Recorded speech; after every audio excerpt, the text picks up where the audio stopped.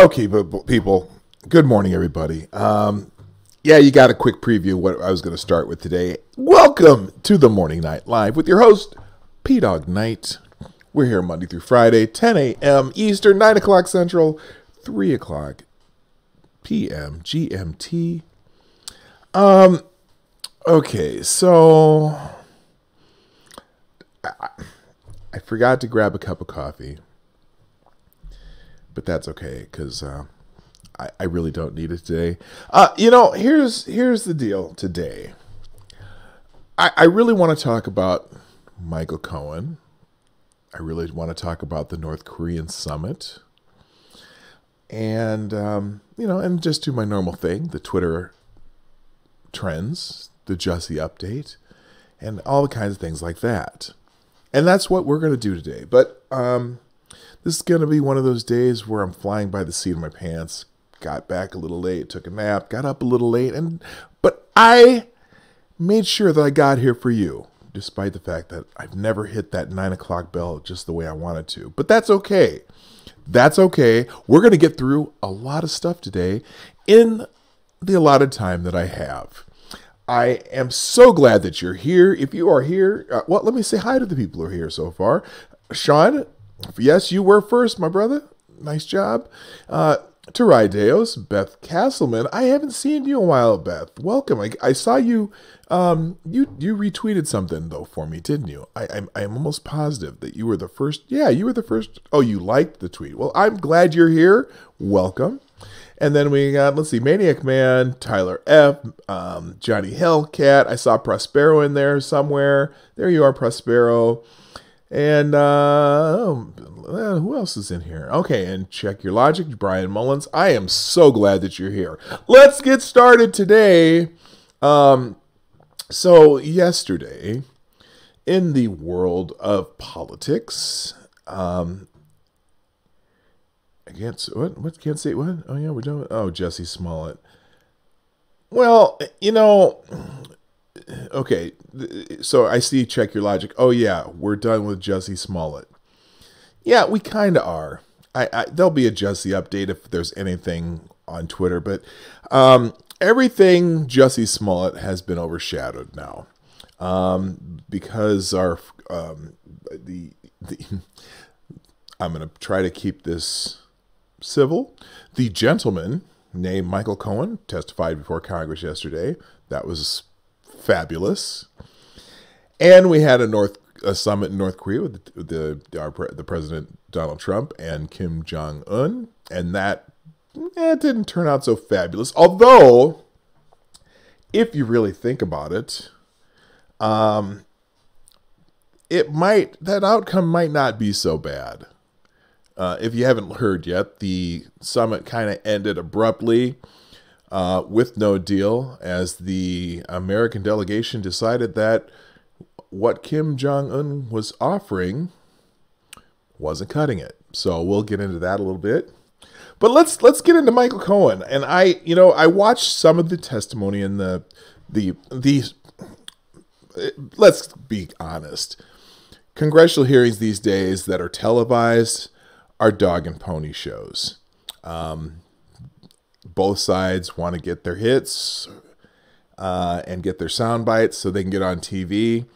And generally, if you watch a vast majority of the mainstream media, the Democrats get their licks shown on TV.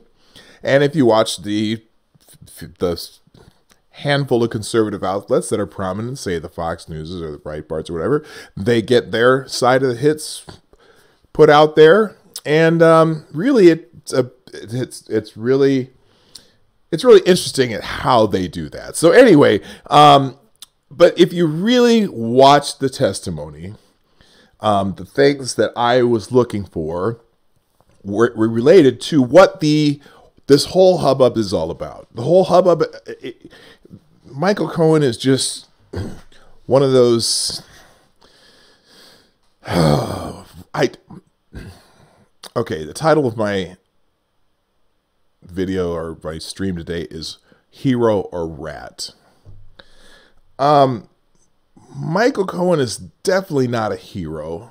even for the Democrats, because he didn't really come up with much that they can use, unless you're talking about sound bites as far as his opening statement, or if you talk about a few of the answers he gave, if you only give that little part of the answer. But then upon further examination, most of the stuff he said becomes a complete nothing burger. Is he a rat? Yeah, I mean, he's a rat. Especially if you like the president, he's a rat. But he's kind of a rat either way. He proved how much of a complete scumbag he is. And so it's unfortunate that our current president was associated with this scumbag. Now, if you listen to the testimony, you'll also find out why Michael Cohen was working for the president. He was part of it seems like a homeowners association in one of Trump's buildings, and had a relationship with someone Trump knew, took care of a problem for him, and did it in a really good manner. And so it got Trump's noticed him, and Trump gave him another project, and he did a really good job on that next project. And so Trump said, hey, you've done a good job for me a couple times. I'm going to give you a shot, and you can become part of my organization and be a lawyer in my, be an attorney for me. And it, so that's how the relationship started. It didn't start out bad, but in the end, seems like Michael Cohen just really wasn't really, just was not a good dude. And so I guess that's that. So we're just going to go through a few articles. Now, granted, my political leanings for the most part, and I'm not necessarily I'm not inclined to be kind to Michael Cohen. And I'm going to assume that a lot of people who listen to me are not going to be inclined to be kind to Michael Cohen. But here we go. So the first article I pulled up today was this one by, I don't know where this place is from. I'd never heard of the site before, American Greatness, but I thought it was an interesting article, so here we go. Michael Cohen testified before Congress Wednesday, and boy, was it rough. Cohen prostrated himself in front of the House Oversight Committee and begged for forgiveness from Democrats and the media, but yet that's a bit redundant. He even put on that special look, the look of a teenage boy puts on when he gets caught doing something wrong, to go along with the "I know better now and I will never do it again" line. It was pathetic. And I'm reading this because I agree with this. It was pathetic. It was pathetic. Anyway, but Cohen was smart enough to know that his doleful tone, sincerely repenting expression, and crestfallen demeanor did not, by themselves, carry the water. So he brought along some meager evidentiary gifts in the form of salacious anecdotes and some irrefutable documents.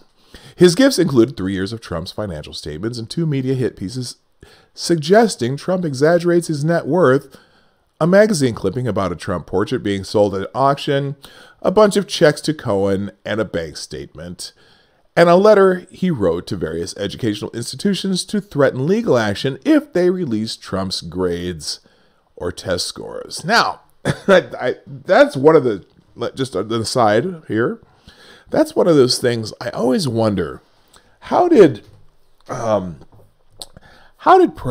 Obama get through a campaign and 8 years of being president with none of his college transcripts being leaked to the media? There have been presidents, George Bush's college transcripts were leaked to the media. How did that happen? I'm just curious. Anyway, just a rhetorical question. I don't know the answer.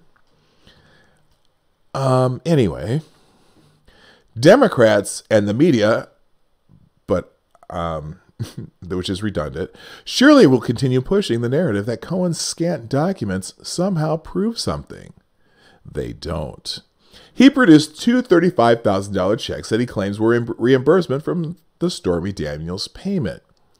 he provided no evidence that these checks were in fact for that payment. He produced a bank statement showing an advance from a home equity line of credit for $131,000 that he claims offers proof that Trump indicated that he would reimburse him. He produced no evidence that Trump actually gave any such indication. Now, I'm going on their side here.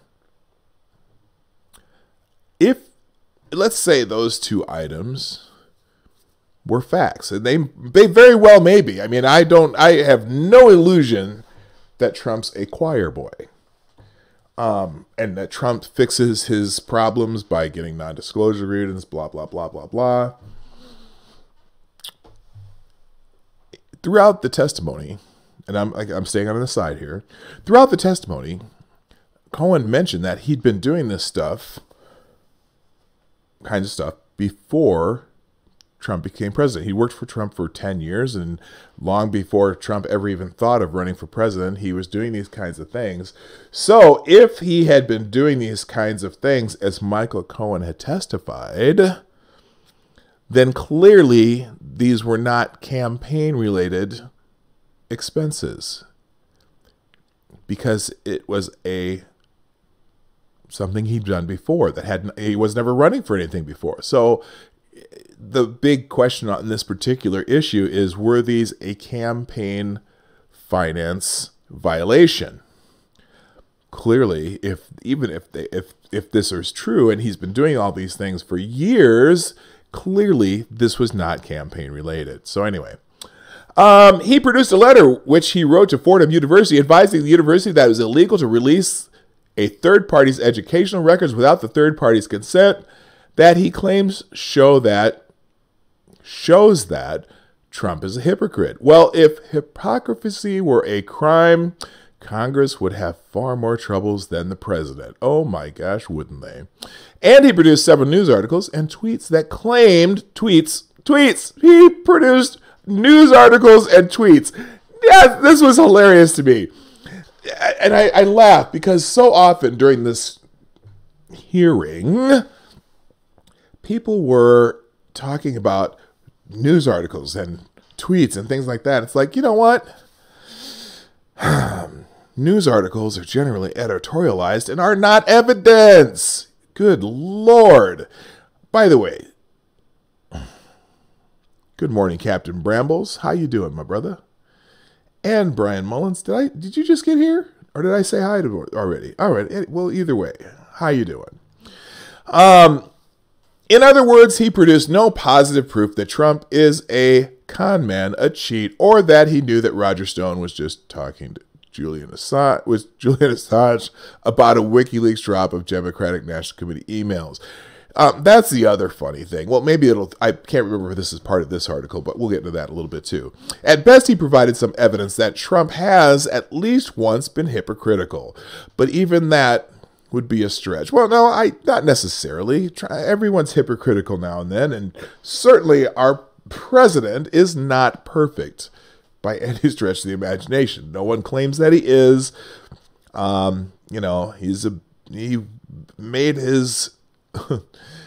he is known for being a billionaire playboy, highfalutin, whatever he's supposed to be. So anyway, but this hearing was never intended to change anyone's mind anyway. Few Trump supporters care about the Stormy Daniels payoff, Trump's hardball business practices, or his supposed interactions with WikiLeaks. They will view this hearing as yet another show trial, yes, in the ongoing witch hunt, yes, meant to distract from Trump's continuing economic successes and promising diplomatic work. Yeah. And they will view Michael Cohen as a disloyal opportunist whose prior independent crimes made him a perfect target for Mueller to squeeze. And most Trump opponents already believed Trump was a racist con man long before Michael Cohen ever testified. By the way, I don't know if any of you watched this stupid thing, but his opening statement. Now, if you go back, when he testified before, I don't remember his opening statement that much. But if you listen to his opening statement, and if you've ever listened to Lanny Davis, Lanny Davis is Michael Cohen's lawyer now.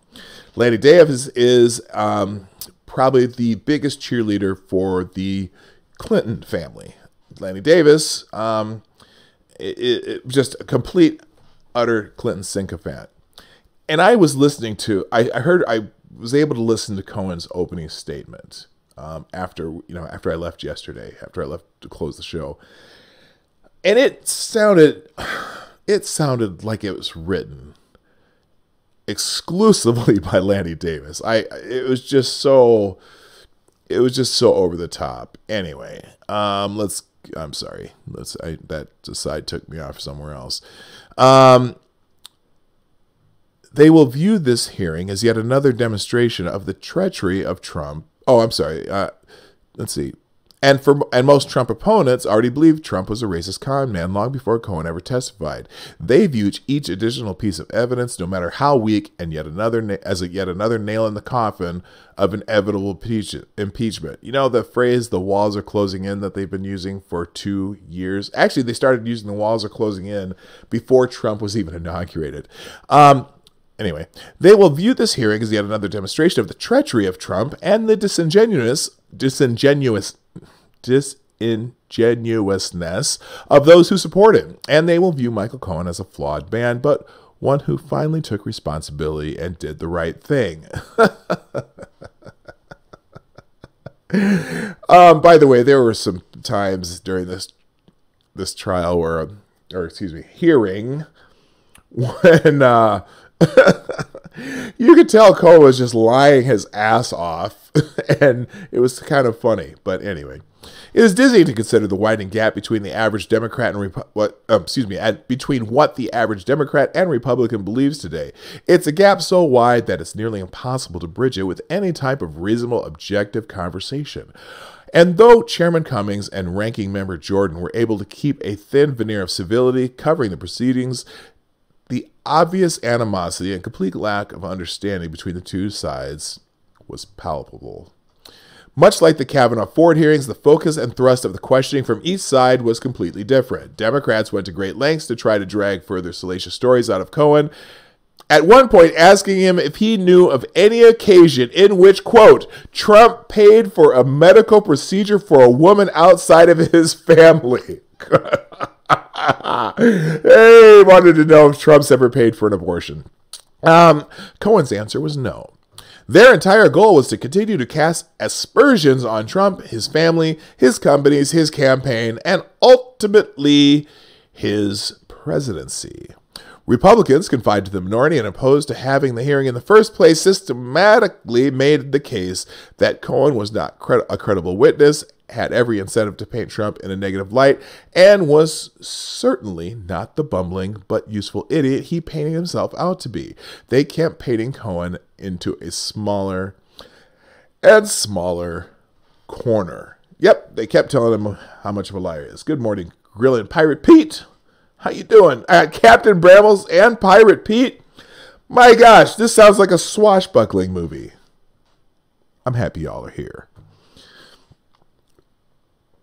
Don't be surprised if we find real smoking gun evidence that Cohen perjured himself in a response to a Republican's question. Well, I know one for sure, that he did absolutely perjure himself. Jim Jordan stopped the hearing at one point and said something about Cohen, asking Cohen if he had ever worked for the White House. Cohen said no. Jordan asked him, did you want to work for the White House? Cohen said, absolutely not. That, ladies and gentlemen, was a lie.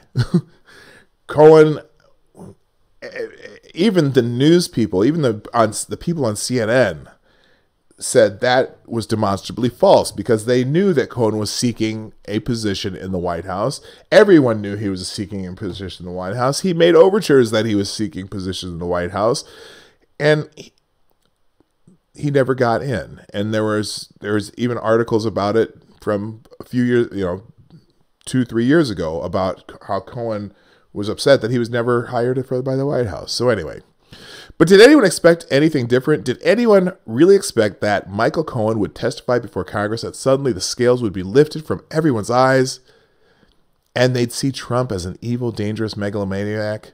Finally, the bombshell hit its target. Democrats, if nothing else, are unwavering optimists. They have had so many misfiring silver bullets, they could get an endorsement from the National Werewolf League.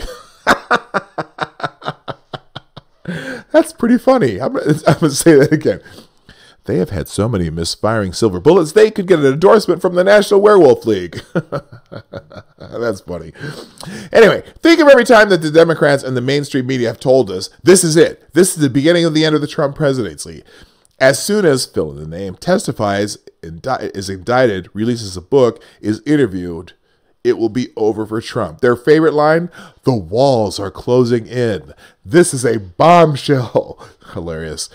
Well, if they really believe that Michael Cohen was going to be the beginning of the end of the Trump presidency, then it's probably the beginning of the end of the beginning of the end. They've put up a valiant, if slimy, fight. But when you're taking moral advice and testimony at face value from Michael Cohen, you know you've jumped the shark. All right, so I've never heard of the Center for American Greatness, but hey, you know, it's funny. Look at that picture. Can you see that picture? I'm going to blow this up a little bit. If any of you are familiar with Happy Days from way back in the day, Michael Cohen actually looks a little bit like Fonzie, doesn't he? Look at that. So let's see what's going on in the chat here.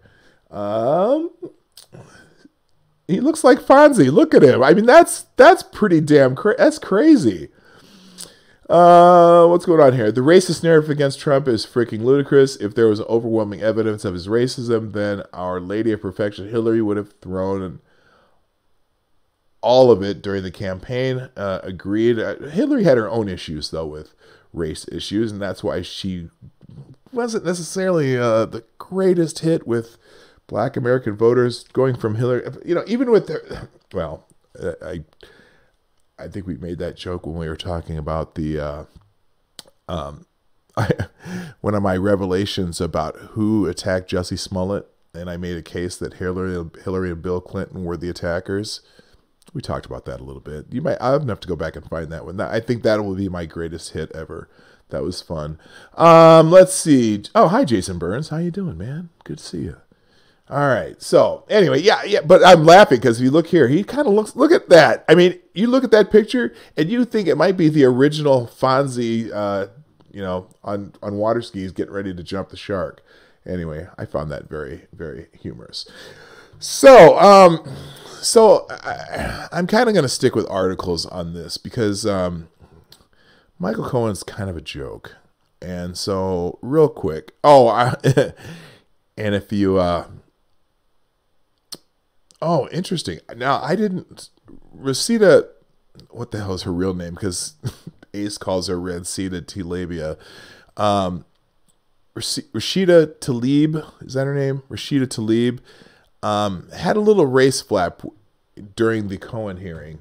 And I don't know if you saw any of this. I wanted to show you a video. Okay, here we go. I'm going to show you just this video. It's from MRC TV. Because this was kind of a wild exchange. Let's see how much. Let's just watch this. It's 3 minutes long. We can get through this. The fact that someone would actually use a prop, a black woman, in this chamber, in this committee. So she's accusing Mark Meadows, who's, I don't know what, I missed the part before this. I wish they would have shown it on this video. Mark Meadows was talking about, maybe we'll have to read the article. I don't know. We'll go back. Let's do this. Let's read the article first, and then I'll show you the video. Hours after racism flap at Cohen hearing, Representative Tlaib likes a tweet referring to white privilege and white fragility. Oh, great. Great. Boy, if there's something I'm sick of hearing about, is that kind of shit. Anyway, hours after a equivocally, that's funny, apologized to Representative Mark Meadows and saying she was not calling him a racist. Representative Rashida Tlaib liked a tweet that essentially described Meadows as an example of white privilege and white fragility. Wow, apparently her apology wasn't all that sincere. Wednesday, House Oversight Committee hearing involving President Trump's former lawyer Michael Cohen featured heated words after Tlaib accused someone of bringing Trump-supporting black woman along to the hearing as a prop. An act, she said, was racist in itself. Well, you know what? Representative Tlaib, who I don't know what you think your race is. I don't really give a shit. But how about calling someone, a black Trump supporter, a prop? Do you think that might be a little racist too? I'm sorry. That's just bullshit, if you ask me. And yes, I swore.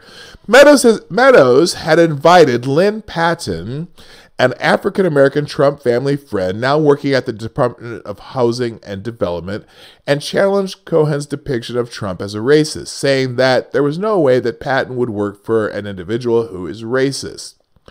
Stung by Tlaib's insinuation, Meadows sought to have her remarks stricken from the record.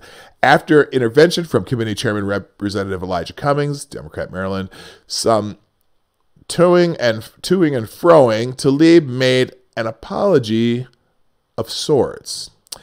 It was one of those, I'm sorry that I hurt your feelings. Hey, Jenna P., how you doing? Good morning. That was not my intention to call Meadows a racist, and I do apologize if that's what it sounded like. She clearly was calling him a racist for bringing a friend of Trump's to the party. Good morning, Beth. How you doing?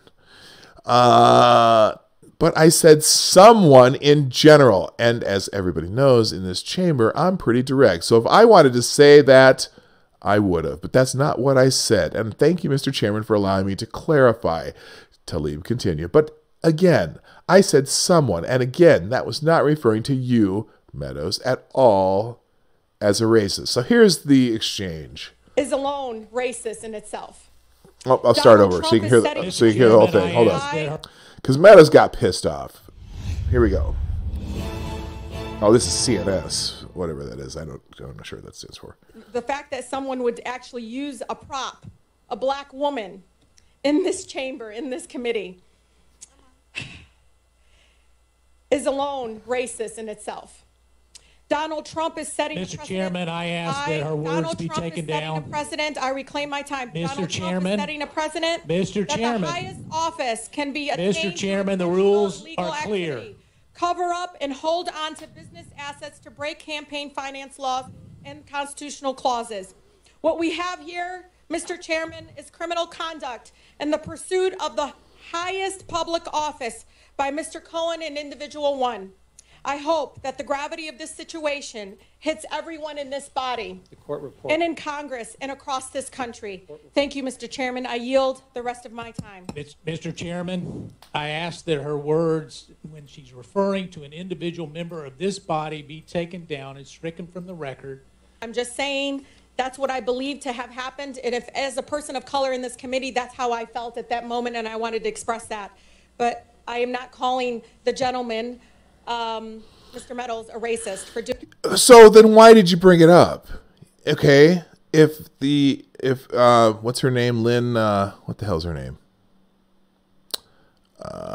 Lynn Patton was a guest of Meadows at the hearing, and you're saying that bringing a black woman as a prop is a racist act.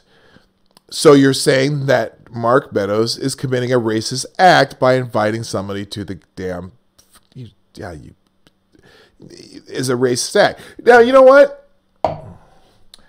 I'm not sure why that's, the argument that if Trump is a racist, why would he have anyone black in his administration?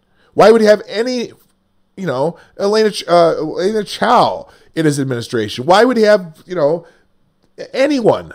A person of color in his person of color. God, I hate that term. Anyone who's not white in his administration. Why would he have summit? Why would one of the first things he did was bring in the presidents of black colleges and universities?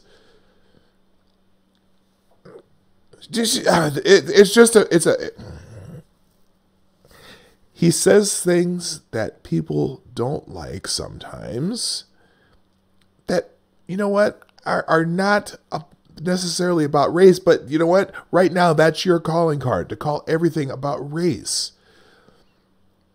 So you're saying he doesn't like brown people because we have a problem with illegal immigration from the southern border, or that, the same 7 countries that Obama said were a problem are the ones we want to ban travel from. It wasn't even his own list. He used Obama's list. But you got to make it about race because, my God, you know what? Demographics are shifting a little bit, and you think you're going to gain something from making everything about race. Well, guess what? You know what? Apparently, Hispanics aren't getting the message because his approval rating among Hispanics has been going up ever since he became president. Please, go ahead and do this line of whatever reasoning that you think you have here. Anyway, let's go on. Doing so, I'm saying that in itself, it is a racist act. Well, I hope not, Mr. Chairman, because I need to be clear. Look at the shit-eating grin on her face after she says this. She thinks she won the day by this statement. Mr. Meadows, a racist. For doing so, I'm saying that in itself, it is a racist act. Well, I hope not, Mr. Chairman, because I need to be clear on this particular. Mr. Chairman. Mr. Meadows, wait a minute. I've defended you with false accusations. Mr. Meadows, I'm the chair. Yes, sir, you are. Thank you. Right. I will clear this up. There is a bit of news out of this exchange that I'm going to highlight when it's over also. Something that I didn't know. Now, Ms. Talib, I want to make sure I understand. You were not intending to call Mr. Meadows a racist, is that right? No. Oh, thank you for putting the words in her mouth. You were not intending to call him a racist, were you, Representative Talib? Mr. Chairman, I do not call Mr. Meadows a racist. No, I am trying, as a person of color, Mr. Chairman, just... As a person of color? What the fuck does that matter? It doesn't fucking matter. As a person of color, I think you maybe should have stayed in your lane. To express myself and how... I shouldn't say that. She is a congresswoman. She's entitled to say whatever the fuck she wants. But goddamn, stop. You're not helping normal people. You're just oh God. Anyway. Oh, I felt at that moment. And so... Oh, how I felt. Just for the record, that's what was my intention. All right. If there's anyone who is sensitive with regard to race, it's me. Son of former sharecroppers. Yeah, your life story is not that important. My great-grandfather was a slave, but you know what? I'm not. I've never seen a tobacco field in my life. It's just where my great-grandfather was a slave. Never seen one, ever. Of course, this is my adopted family, whatever. In my family, my dad that I grew up with in my adopted family, his grandfather was born into slavery. That's not that far back. That's really wild, man. But you know what? And the Emancipation Proclamation happened when he was 7 years old, so he was a young child, but he still was born in slavery and somehow ended up north. That's a long story. I might tell that story sometime. But when he died, he owned an 80-acre vegetable farm in Iowa. Okay, this former slave owned a vegetable farm in Iowa. And did he deal with racism all the time? Of course he did. But I didn't. I mean, yes, there's racism in the world, but goddamn, it doesn't affect your... You ask most black people, black people have a higher poverty rate than other demographics. But we're not all poor. 70% of black people are middle class or higher. And you don't deal with racism every day. If you dealt with racism every day, I'd be pissed off every day. But I don't. Those people don't give a shit. Live your damn life. All right. Tangent ended. We're basically slaves. So I get it. I listened very carefully to Ms. Tlaib. And I think, and I don't want to, I'm not going to put words in her mouth, but I think she said that she was not calling you a racist. Did you have a statement, Ms. Tlaib? Yeah, that was, her intention had nothing to do with calling him a racist. It did, but she backtracked. And Jenna, yes, I'm going to tell that story someday. I see, let's see, where did, I know you said it there somewhere. Jenna P. I want to hear that. No. I don't know. Anyway, yeah, one of these days I may designate a day to tell family stories. My adopted family has an amazing history. In fact, my grandmother on my dad's side she was an honorary historian for the state of Iowa, and they wrote a book about minorities in Iowa, and her story and my grandfather's story were prominent in that book, just because my grandmother knew her family histories back a couple generations and knew a lot about how they ended up in the North from her father was on a plantation in North Carolina, her father was on a plantation in North Carolina. Her mother was born into slavery in Kentucky, but was smuggled from Kentucky into Ohio at a young age. It's a fascinating story. I'll have to dig up that book though before I tell those stories. But I will bring those stories out one of these days. Anyway, I'm going to yield to you. We can just straighten this up. Chairman, and to my colleague, Mr. Meadows, that was not my intention, and I do apologize if that's what it sounded like. But I said someone in general. And as everybody knows in this chamber, I'm pretty direct. So if I wanted to say that, I would have, but that's not. Look at the woman to her left as you're looking at the screen. She seems like she really is. She feels this, doesn't she? Look at that. What I said. And thank you, Mr. Chairman, for allowing me to clarify. But again, I said someone. And again, I was not referring to you at all as a racist. Yeah, you were. You lying. Anyway, so later, social justice activist Deepa Iyer tweeted in response to the Tlaib Meadows incidents. Thank you, Rashida Tlaib, for giving a voice to the discomfort and anger that so many of us felt when we saw what Meadows did. This is such a classic example of how white privilege and white fragility prevent us from having an honest conversation about race. No, you know what? God damn it. You know what? What prevents us about having an honest conversation about race is that, and I'm going to criticize my own people here. We like to use it as a weapon. We like to we'll bring up, you can't have a conversation about race without bringing up everything from the past that has never really affected us. I mean, in some tangential way, maybe the psychologically it does in some minor ways, but the fact that we can't figure out how to appreciate what we have now and what the differences are, and the fact that there are opportunities, and if you just look, there are plenty of us taking the opportunities, and you know, sometimes we can't look inward at all, but you know, we have to, of course, as we've learned from the Jussie Smollett case or many of these hate hoax cases, that sometimes it's just easier to be a victim and want other people to give you shit. I'm just tired of it. Anyway. So that was that tweet, and Tlaib then let her 379,000 Twitter followers know that she liked Iyer's tweet. She gave it a like. So the exchange, okay, so that's, I'm not going to go any more into that. You know, I'm just tired of it. So let me catch up in the chat here, because I haven't see anything.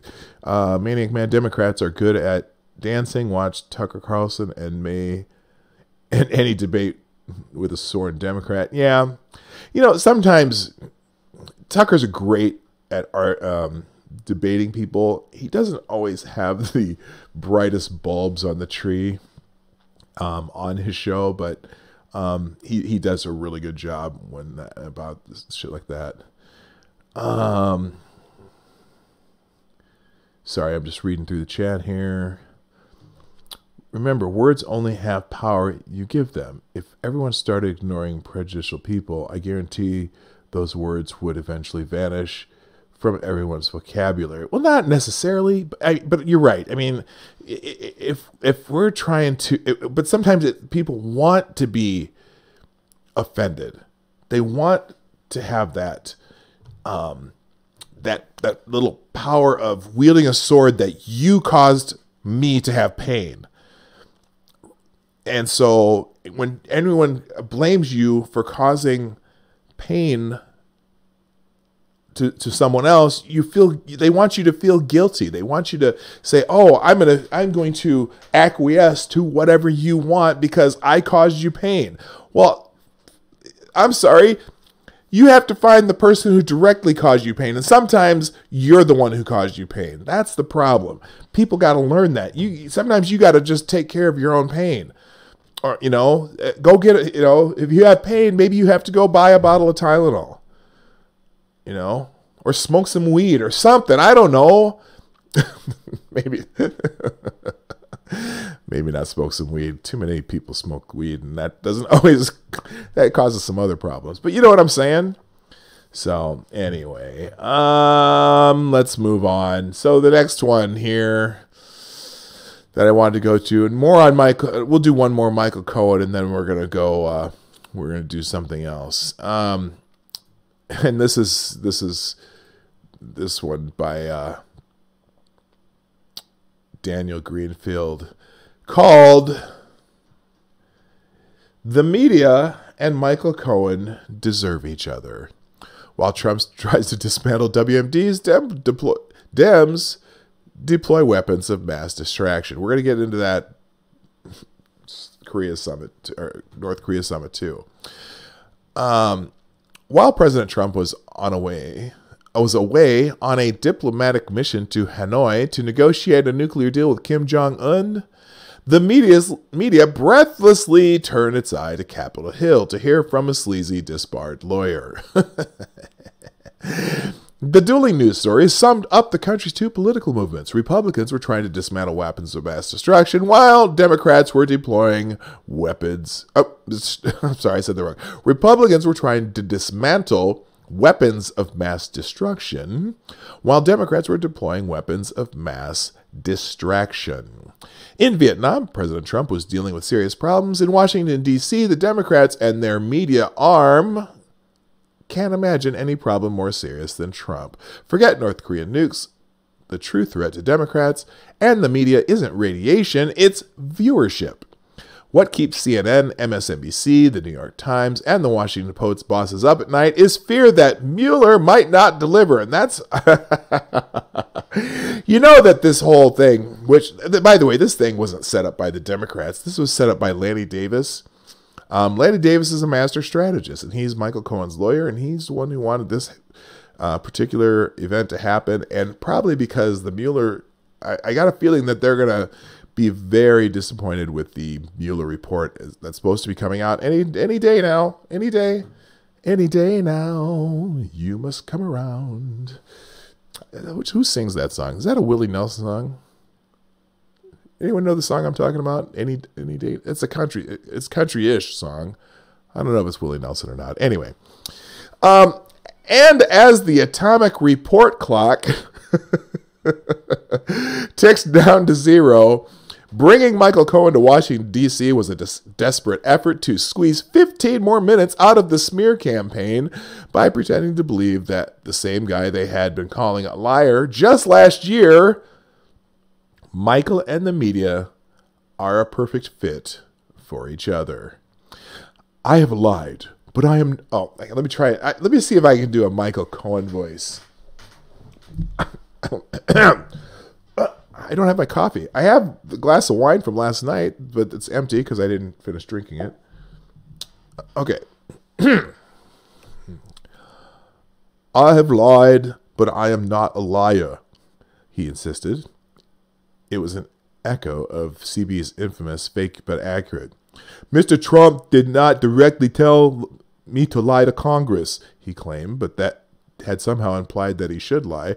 Trump had somehow mesmerized him into doing things that were absolutely wrong. Like lying to Congress, again. I wish I had had a longer soundbite. My Michael Cohen voice could be pretty good, I think. Hi, Check Your Logic. Nice to see you. Anyway, but now that he was back, who had mesmerized Mikey into lying about not seeking a White House job? Either Trump has the power to mesmerize him over 8,200 miles away from Vietnam, or he has been looking deep into Bill's baby blues or Hillary's colored contact lenses to make him lie all over again. Like claiming that Trump only ran for office to make his brand great, despite seeing his brand and that of his daughter take a severe beating during the campaign due to boycotts and accusations of racism. He had no desire or intention to lead this nation, only to market himself, Michael Cohen claimed. He never expected to win the primary. He never expected to win the general election. Trump's net worth had been estimated at $4.5 billion in 2015. During the campaign, it slid down to $2.8 billion. It's currently estimated at $3.1 billion. Forbes estimated that his net worth had fallen by $1 billion during the campaign, largely because of brand damage and media harassment. If Trump were running for office only to make money, he would have dropped out after losing $1 billion. Michael Cohen 2.0 with Clinton pro Lanny Davis representing him pro bono. Yeah, I believe that. Yeah, Lanny Davis representing him pro bono. Anyway, is just as happy to lie as 1.0. And his lies, by no coincidence, mirror the talking points of his media bosses. Imagine that. But like the entire Russian host, they never amount to anything substantial. The disbarred lawyer was happy to repeat media slurs against Trump like racist and con man, to toss out late night show insults and insinuate worse. But the convicted liar's testimony lurched through a swamp of its own contradictions. Trump had lied about his dealings with Russia, according to Michael Cohen, because he never expected to win the election.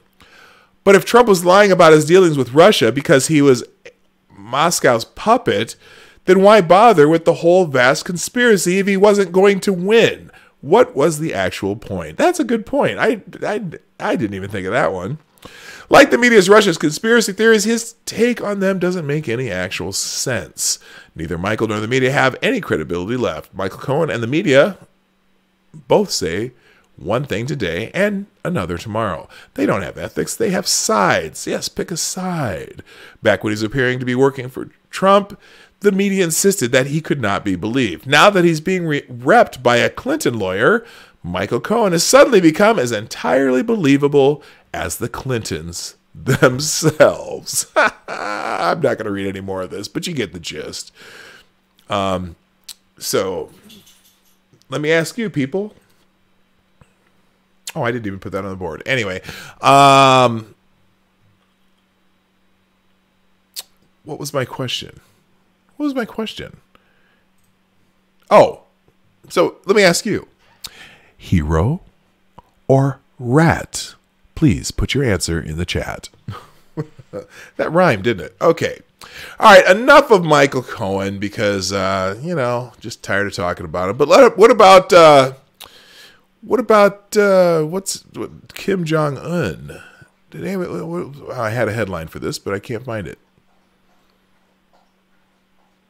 Oh, yeah. So Trump walked away from the summit with have you ever heard of, there's an actor, what's his name? I think it's something Ho Fat. He's a famous Chinese actor that was in a lot of.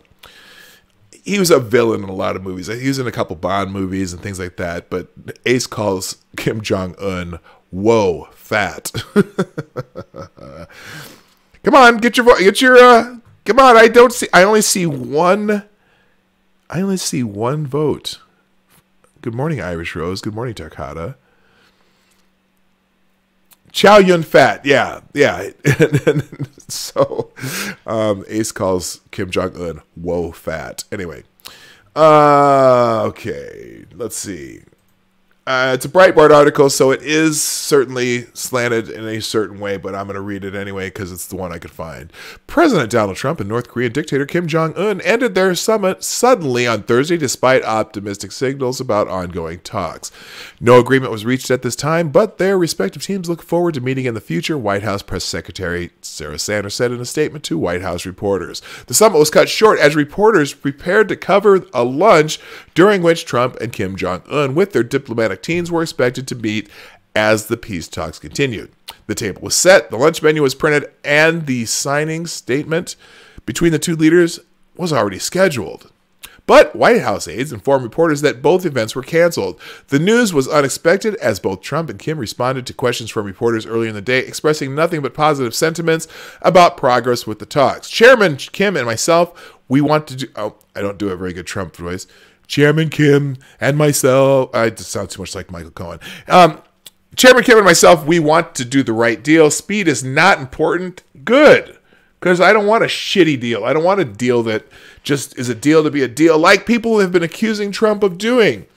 You know, oh yeah, Trump's just doing this because he wants to have a legacy of making a deal. Well, you know, there you go. Oh yeah, Johnny Hellcat, Jimmy Dore's video on Cohen proving the Russian collusion. Yeah, that's a good. Jimmy Dore did a good video on that, and you know I like Jimmy Dore. I don't agree with him on a lot of things, but he tells the truth about things too. I just disagree with the things I disagree with him on. Anyway, in an unprecedented move, Kim also responded to questions from reporters by saying that he was optimistic about an agreement. When asked if he was willing to denuclearize his country, he replied via translator, "If I'm not willing to do that, I won't be here right now." So Trump is expected to host a press conference later Thursday to explain his decision before before traveling back to the United States. So good. If don't make a bad deal. We don't want a bad deal. We want something that we want something that's good for us, good for South Korea, good for the region. And you know what? You know, a lot of times when the words, you know, you have to walk away from a deal. I'm not convinced necessarily that Trump's the greatest deal maker on the planet. But it's not about making a deal. It's about doing something right. And so if you have to walk away to do that, good. I'd say, hell yeah, good. You know, of course, now it's funny because the media cheerleaders, or I should say, well, let's say the cheerleaders for the other team, known as the media, are just falling all over themselves to say, oh, this is, you know, see, this just proves Trump's an ass or whatever. All right, let's go into Twitter. It's time for Twitter trends. I got to make music for that. I got to have a Twitter trends theme. Let's see here. Oh, good Lord. Now, this isn't trending, but this popped up. Good Lord. Representative Maxine Waters urges Federal Reserve to tackle the scourge of economic inequality. Let's just stop right there. What in God's name is the Federal Reserve going to do about economic inequality? You know, Representative Waters, and I'm just talking to you by chance that you might be watching this broadcast, which I know there's no chance in hell, but ma'am, I didn't even click this. That's not the Federal Reserve's job. In fact, I'm not even 100% what the fuck the Federal Reserve does other than print money and yeah, print more money, Jason Burns. Good Lord. Let's just read this. Let's hear this crap. At a hearing of House Financial Services Committee on Thursday, Chairman Maxine Waters told Federal Reserve Chairman Jerome Powell he should be concerned with the growing economic inequality in this country. You know, I think we've been doing something about that. I think it's called, unemployment's been dropping. People have been getting jobs. There have been wages have been rising faster than they have been in 20 years. Maybe that's a good start. Don't you realize that? Anyway, okay, so this is here's Representative Waters. In 2016, the Fed survey of consumer finances stated that the top 1% of U.S. families own 38.6% of the wealth. So what? When you're in the wealthiest country in the world, I don't really give a shit as long as the people at the bottom are doing pretty good too. You know what? Those, oh my God, the 1% of those families, I don't care. It doesn't hurt me. It's not a zero-sum game. One of those families, for example, is who? Bill Gates from Microsoft. Did Bill Gates make something that people bought? Yes. Good for him. So what? So he owns a lot of shit. Did he take anything away from other people to do that? No. People voluntarily gave him money to buy his shit. Okay? And so he has a lot of money. What are you going to do? Saying, okay, sorry, now that Bill Gates has this much stuff, we can no longer allow him to have any more stuff. So everything else that people buy his shit voluntarily, we're going to take from him. Screw you. Good God. The Minneapolis Reserve Federal Bank reported over the last 70 years, virtually no progress has been made in reducing income and wealth inequalities between black and white households. That's not the Federal Reserve's fault.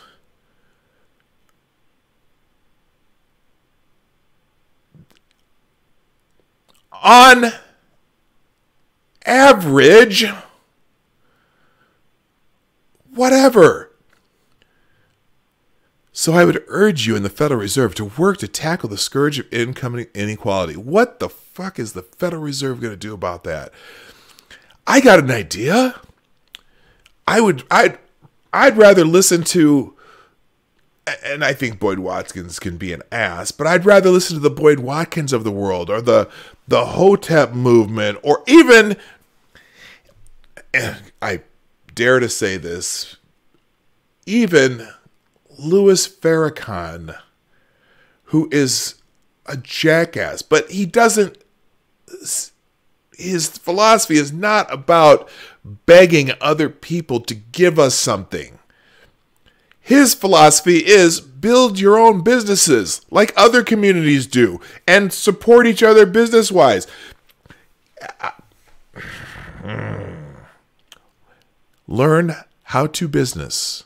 Learn how to create your own wealth. Learn how to save. Learn how not to buy everything that you want now so that you have something later. Okay? That's all it takes. Is people learn. Put what's a good word for this? Have personal finance education in schools. You want to, and then also change the damn culture. You know, average black family where the parents are married before they have children, and then have children, and get a job before they have kids, are doing just as well as any white family who does the same thing. You know, a lot of the income equality is because there are single parent families. Not to disparage any single parent at all. single parents have a tough job, and a lot of them do it really well. But I guarantee you that a great deal of the income and economic wealth inequalities between households, if you looked at the difference between two-parent families and single-parent families, I'll bet you all that wealth disparity matches the difference between inequalities between white families and black families. Why is she only talking about white families? She didn't say nothing about Asian families, or better yet, Nigerian families who do better than white families. Just saying. Just saying. Just saying. I'm not even gonna, enough of that one. Enough of that shit. I'm not going to talk about it anymore. I've made my point. Let's move on. Next article. Let's get back to Twitter trends. Today. Now, this is a surprise. This is a surprise. And I can't remember, is it the number one trend on Twitter right now? You would think it'd be North Korea or something to do with Trump. You would think it might be Michael Cohen. I'm trying to think if there's anything else you'd think. I don't know. House Oversight Committee, something. The number one trend on Twitter right now is the freaking Jonas Brothers. All right. The Jonas Brothers are back. Oh, this is an SOS. It looks like new Jonas Brothers music is on the way. I can't wait. Oh my. Oh yay. Who gives a shit? Anyway, let's see. Variety. Jonas Brothers are back. Oh, what the hell happened there? You will be redirected back to your article in 3 seconds. But there's no ad. What the hell? They blew it. Anyway. The Jonas Brothers are back. New single drops tonight. Watch teaser video. Ooh, I feel so teased. It's official. After months of rumors, the Jonas Brothers have officially announced their return and will drop a new single, Sucker! Yeah, you're a bunch of suckers. Tonight, the song, which arrives via the group's new deal with Republic Records, will arrive at midnight. The news arrived Thursday morning in a teaser for The Late Late Show with James Corden, wherein the band officially announced their reunion and premiered a clip of Sucker. Watch below. Let's watch the clip of Sucker. Oh! Well, is this the clip? No, this is... Hey, mate, listen, I am stuck in the worst traffic. I always like these carpool karaokes with James Corden. I think they're pretty funny. Lifesaver. Thanks, mate. All right, bye. Get ready to jam. Get ready to rock out.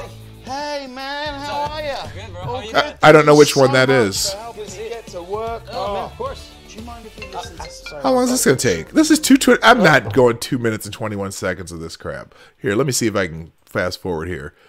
Wait. What? Wait, how did the brothers changed? Oh, I see. He's in the back seat. Hang on.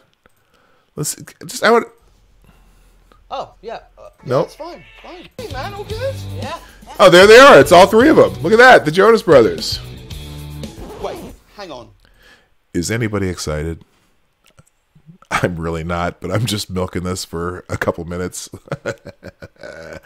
what I think is happening, is it happening? Yep. We're back. I'm stepping into the lava, and I'm trying to keep from going under. Baby, you turn temperature. Okay, I just can't.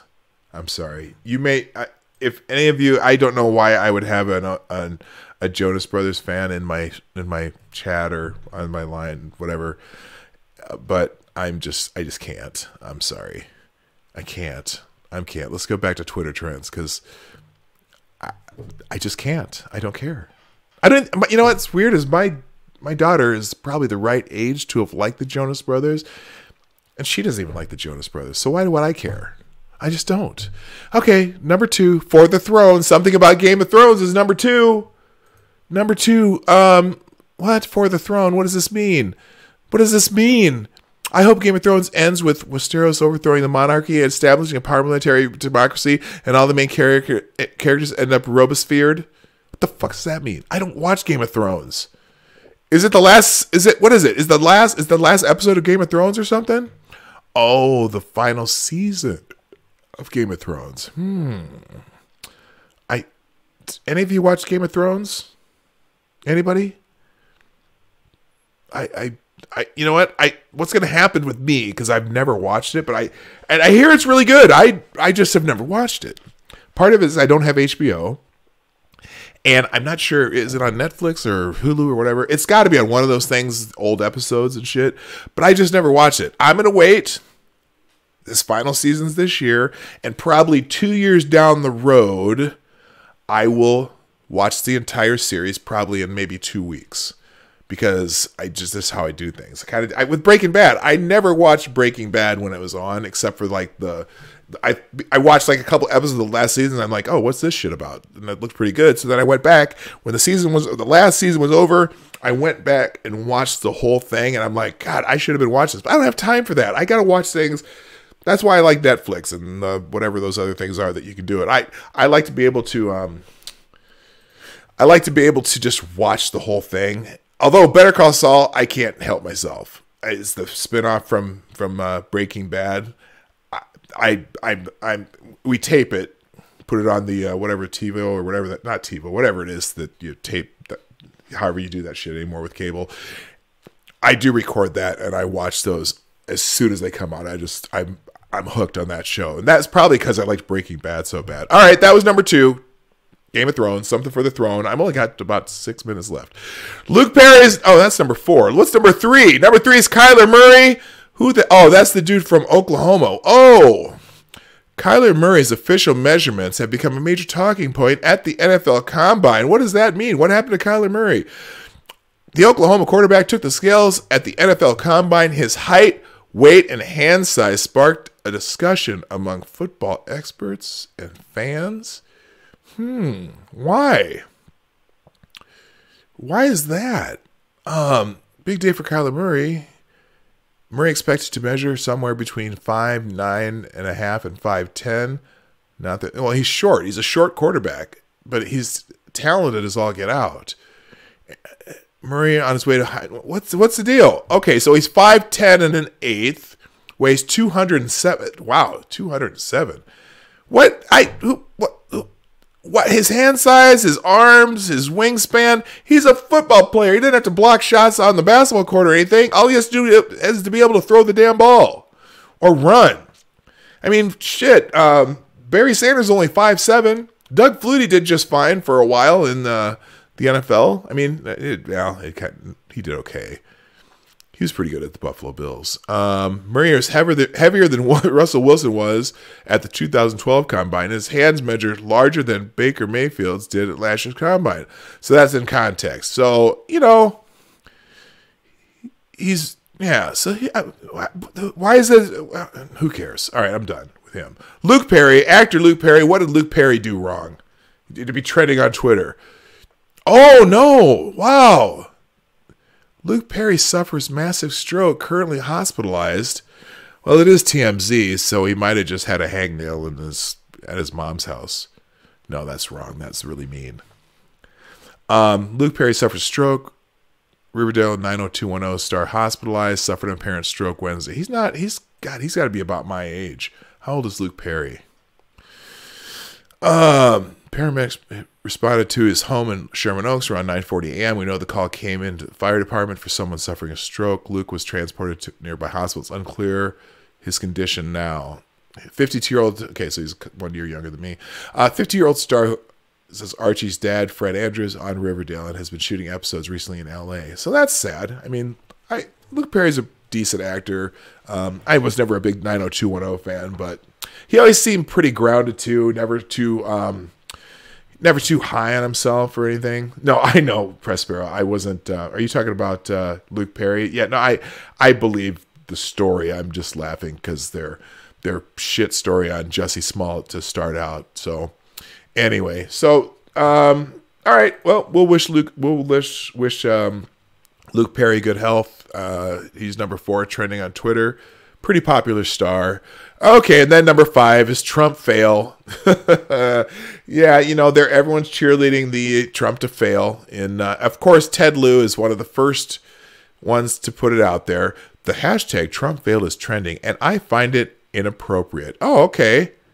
Oh, wow. Ted Lieu actually says something frickin' sensible. The hashtag Trump fail is trending, and I find it inappropriate. People should not be hoping the president fails or taking pleasure in his failure on the global stage. Whether you like real Donald Trump or not, he represents an America in foreign affairs. We want America to succeed. Hell yeah, Ted Lieu. Good for you. I am... Now, if you're familiar with Ted Lieu, congressman from California, Ted Lieu is one of Trump's harshest critics. And so pure props for Ted Lieu right now. Hell yeah. Way to go, Ted Lieu. This is the first time you're ever going to hear me say anything favorable about Ted Lieu. But good for him. That's exactly the right attitude. And the Hill actually says something about Ted Lieu saying that. So good for him. That's all I need to hear. That's good for him. All right. What else is trending? What's DLD Day? Don't know, but you're going to be Digital Learning Day. Yeah, this is probably what the fuck? Who made this up? Official DLD Day is an effort by the Alliance for Excellence in Excellent Education to engage students and empower educators through effective use of digital tools. Isn't that special?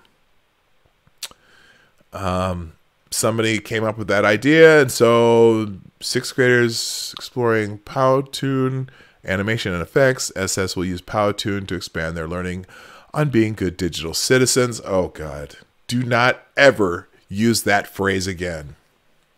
On being good digital citizens. You know what? How about we learn how to just be good citizens? That would be better. But anyway, all right, cool. Next trend is Otto Warmbier. Yeah, Trump kind of didn't. I don't like how he phrased this. I'm sure he didn't intend this to sound this way. But you know what? You're in the middle of a summit with Kim Jong-un. Here's the deal. It's a Twitter moment. I will take him at his word. Donald Trump said that Kim Jong-un was unaware of Otto Warmbier's treatment while in prison in North Korea. You know what? It could be the case that Kim Jong-un doesn't know the status of every single prisoner in North Korea. That's possible, okay? But the way he made that statement just doesn't sound good for an American president to say. Nikki Haley says, Americans know the cruelty that was placed on Otto Warmbier by the North Korean regime. Our hearts are with the Warmbier family for their strength and courage. We will never forget Otto.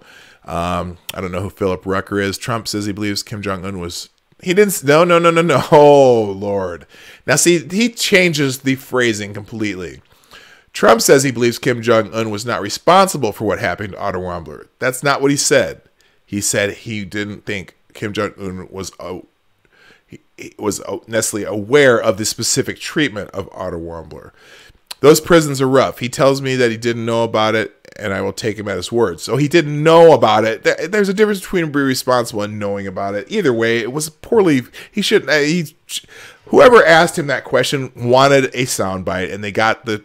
You know, Trump's not the best speaker. I don't care if you like Trump or not. He does.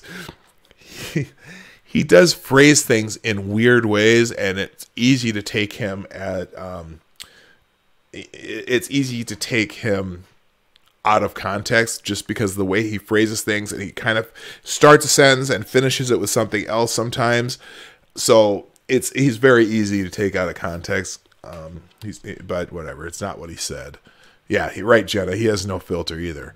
So Philip Rucker's just raking him over the coals, and this is reprehensible. Okay, who is this? Okay, this is reprehensible what he just did. He gave cover to a leader who knew very well what was going on with Otto Warmbier. That's Rick Santorum. So I mean, it's easy to take. That's an easy one for that's a gimme he gave him. And Trump has a habit of sometimes giving people gimmies. I mean, if Rick Santorum's criticizing him, it's definitely a gimme too, because Rick Santorum is someone who normally is on the president's side.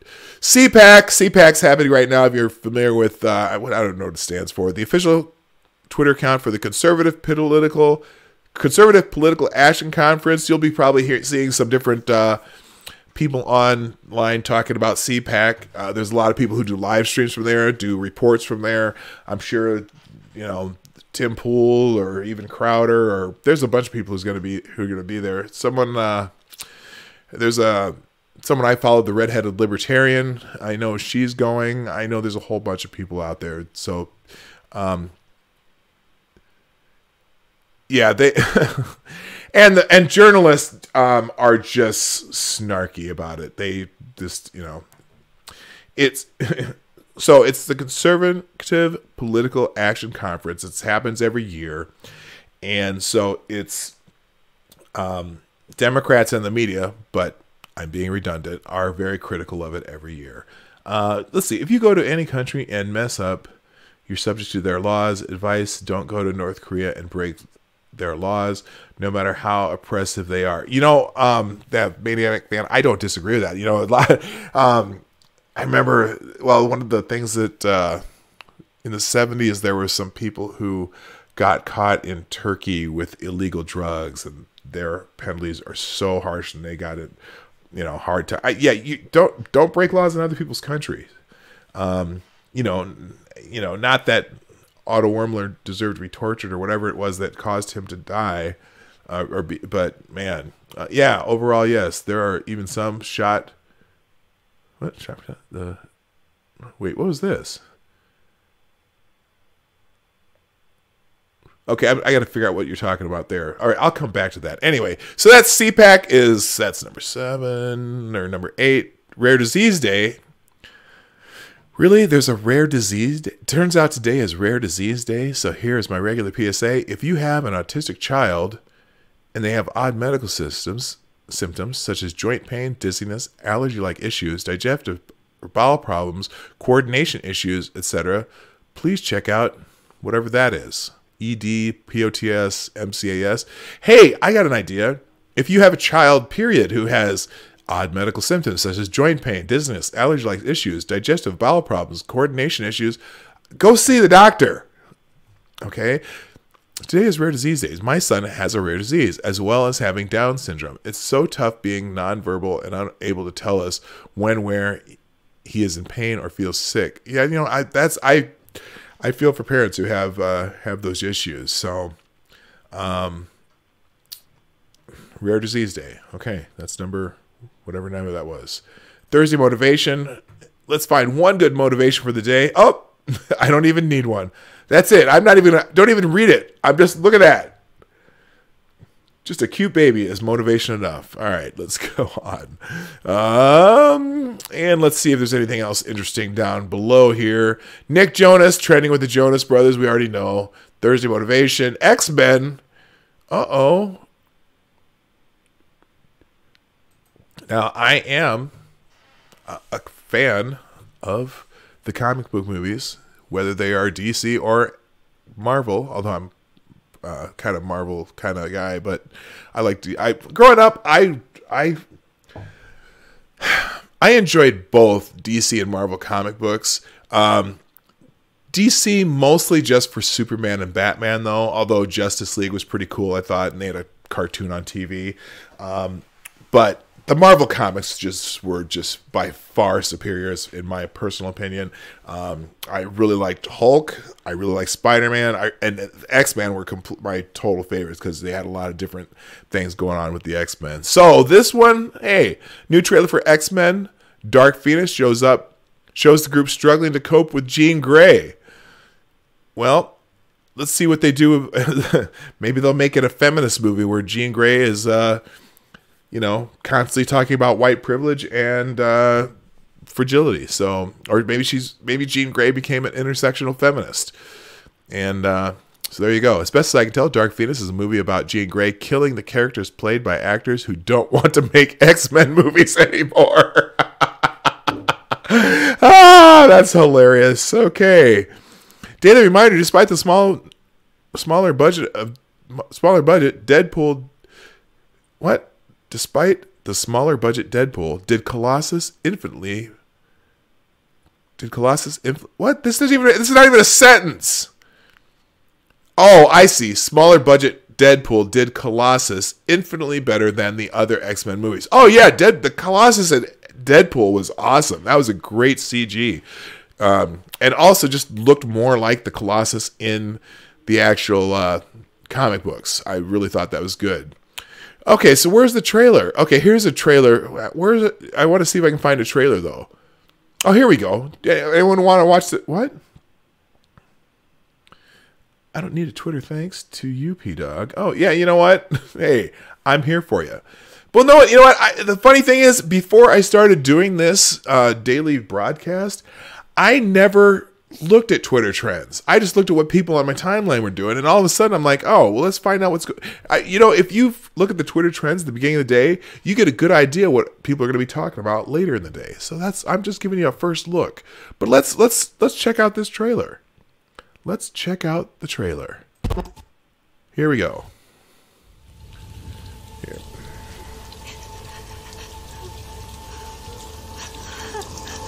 Why did you make me do that? Look at me. Focus on my voice. I'm not giving up on you, Jean. She was my friend. You're my family, Jean. Stop, no matter what. Stop.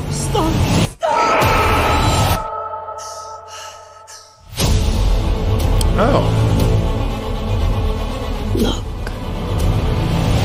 You're special, Jean. And if you stop fighting that force inside you, if you embrace it, you will possess the very power of a god.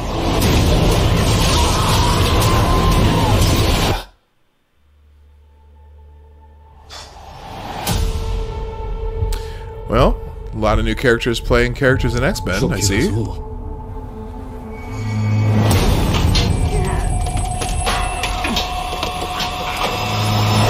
Tell me how we fix this, Charles. Tell me what to do. I don't know what to do. And what they don't understand is they fear, and what they fear, we seek to destroy. This is your fault, Charles. I tried to protect her. I'm scared. When I lose control, bad things happen. So are they? I guess apparently everyone's. The girl dies. She's still Jean. We can still help her. Sometimes we want to believe people are something that they are not. And by the time you realize who they are,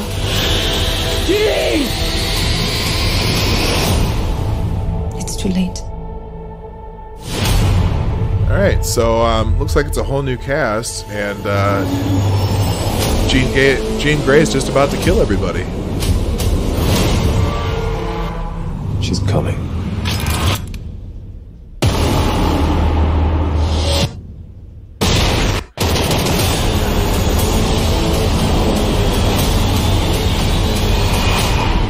Okay, so now here's the thing.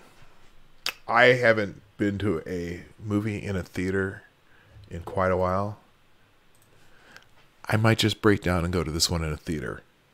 Theaters, you know, it's as much as I love my gigantic TVs and the surround sound that I have in my house, there's still a pleasure in going to movies and a theater sometimes, especially if you go to an IMAX or not even necessarily an IMAX, but just a big screen theater, not like these multiplexes that have those, you know, the tiny screens. I might as well just watch it at home if I'm going to do that. Although we do have one really good theater just south of here where I live, that the theater is like all couches and has a big screen, and they serve beer and pizza and shit like that. That's kind of a fun one to go to see a movie at. But this one I would want to see on a gigantic screen, I think.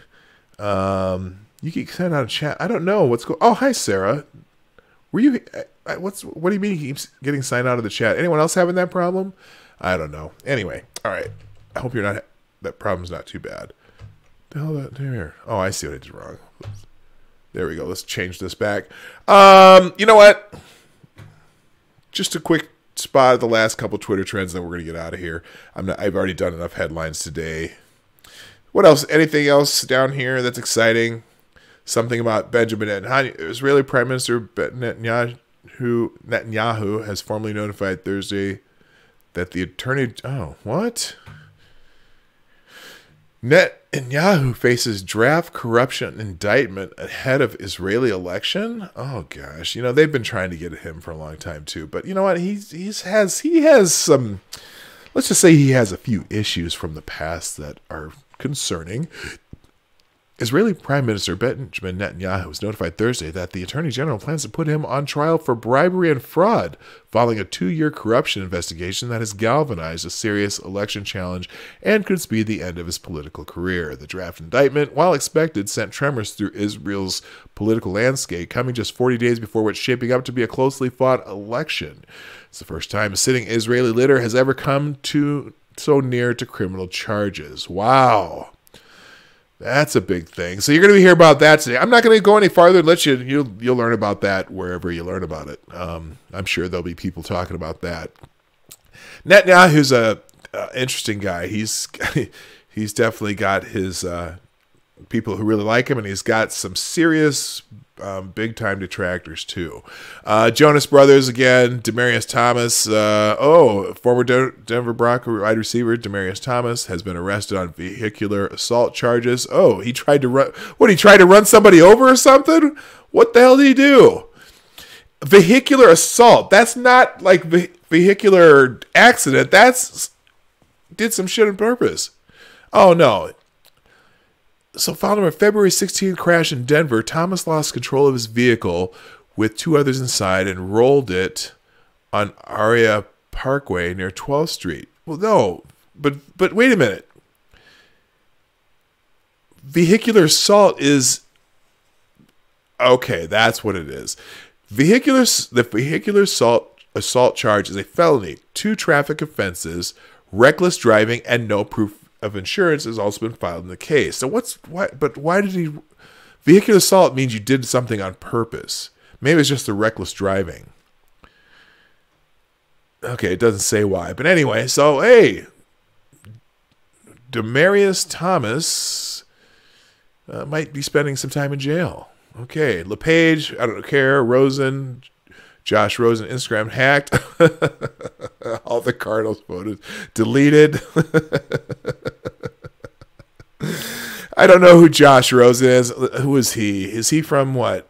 He's because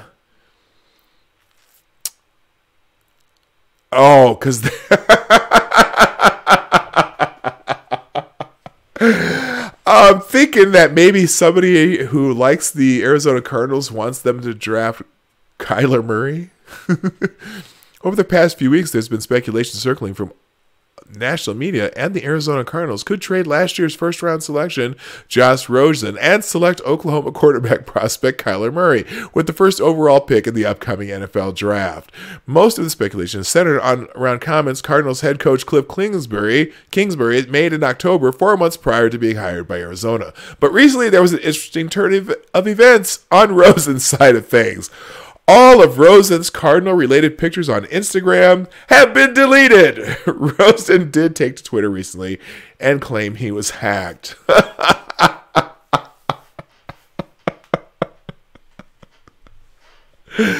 Oh, that's some funny shit. Anyway, all right. So on that happy and fun note, let's call it a day. I am so glad that you people were here today. I hope I didn't get too boring by just reading a lot of shit, but every once in a while, that's how it goes. But gosh, I am so happy that so many of you come and watch every day, and those of you who make it in occasionally, I appreciate you too. So I genuinely and from the bottom of my heart, thank you. Remember, the Morning Night Live is on Monday through Friday, 10 a.m. Eastern, 9 o'clock Central, and 3 p.m. GMT for those of you in the rest of the world trying to figure out when we do this. My programming note about tomorrow, yes, I am going to do a Morning Night Live, even if I'm on the road. Just haven't decided if I'm going to do it from a phone or if I'm going to try to set up my computer in the truck while my wife drives the first couple hours on the way to Nebraska, because my son's basketball team is in the NCAA tournament for Division III. So we're going to go down to Nebraska, watch a couple basketball games. I may even do a show Saturday morning on impromptu. So check your notifications. But if you don't, hey, the other thing though, if you don't get notifications for this, there's two ways to do it. Right down here, you can click the subscribe button and make sure you click the bell so that it looks like it's ringing. That'll help you get notifications. Or you can follow me on Twitter over here, right here, whoops, right there. See that down there? It says at Dawg Knight. I usually try to put these on Twitter also.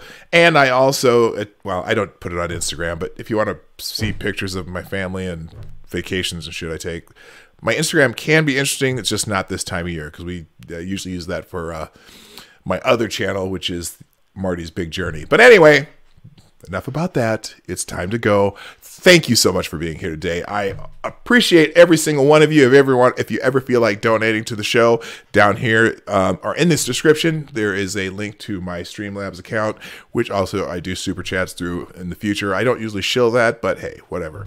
Have a fantastic day, though. My name is Dawg Knight, and I'm out of here.